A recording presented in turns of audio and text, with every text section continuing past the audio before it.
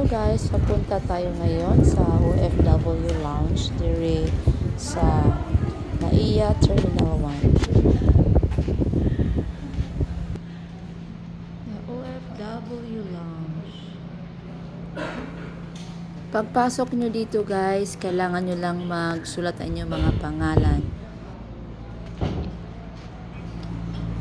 So tamang-tama to siya sa may mga mahaba pang flight. So while waiting sa mga flights nyo, so pwede kayo magstay dito. So may mga snacks dito na siniserve nila. May lugaw din at saka may kakanin.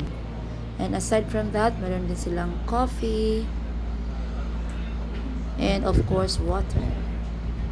And meron din silang charging station doon sa gilid. Malapit doon sa may snacks. And may mga newspaper din na pwede nyo basahin. So, while waiting sa flight namin, dito muna kami nag-stay and nag-relax. And also, kain din ng snacks. So, sa mga OFW dyan, bisitahin nyo na ang The OFW Lounge dito sa NAIA Terminal 1 at i-avail ang ating benefits.